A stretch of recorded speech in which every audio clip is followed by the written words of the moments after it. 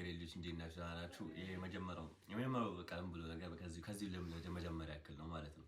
እነዚህ የምታያቸው አፕሊኬሽኖች ማለት ነው ሶሻል ኔትወርኪንግ ይባላሉ። ያው ሁሉም አፕሊኬሽኖች የራሳቸው ስም መጻፊያ ቦታ እና ጥቅስ ምናምን የመጻፊያ ቦታ አላቸው ማለት ነው። ስም መጻፊያ ሁሉም የራሳቸው አፕሊኬሽኖች አላቸው ማለት ነው። አሁን ማለት የፈለኩት ስለዚህ አፕሊኬሽን ሁሉም ተመሳሳይ አፕሊኬሽን ነው። ስም መጻፊያ ቦታ አለው ሁሉም ማለት ነው። ጥቅስና ስም መጻፊያ ቦታ መለየት አለባችሁ። እናንተ ኢትዮጵያ አይደላችሁ እንዴ? ቢያንስ ይሄ እንዴት ይጠፋችኋል? እውቀት የጀመረው ከዚህ ነው ማለት ነው። ስም መጻፍ አለባችሁ መጀመሪያ በቃ እኔ የሚለው ላይ ስማችሁ ነው እንጂ ጥቅስ ምናምን መጻፍ የለባችሁም። ባዮ ምን ያለው እሱ ላይ ነው ጥቅስ ምናምን የጻፍ መብት እንትን ያላችሁ ማለት ነው። የመጻፍ መብት አላችሁ፣ ችግር የለውም የሚከለክላችሁ ሰው የለም ማለት ነው። እና አላችሁ እኔ ማለት የፈለኩት ስለዚህ አፕሊኬሽን ነው ማለት ነው።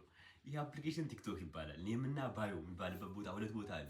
እኔ የሚለው ላይ ስማችሁ ነው በቃ ስማችሁ የወጣላችሁ መስም እንድትጠሩበት ነው ምናምን ወደኋላ መልሳችሁ ስም የሚጠቅመው ለመጠሪያ ነው ምናምን ብዬ ወደኋላ መልሳችሁ ምናምን ነገር እና አላችሁ ስም የወጣላችሁ እንድትጠሩበት ስማችሁ ወይ ደግሞ የሌላ ሰው ስም ጻፉ ምናምን ነገር ችግር የለም። ዋናው ስም መሆኑ ስም መጻፍ አለበት እኔ የሚለው ላይ ማለት ነው። ጥቅስ ምናምን ሳይሆን ስም ነው መጻፍ ያለበት።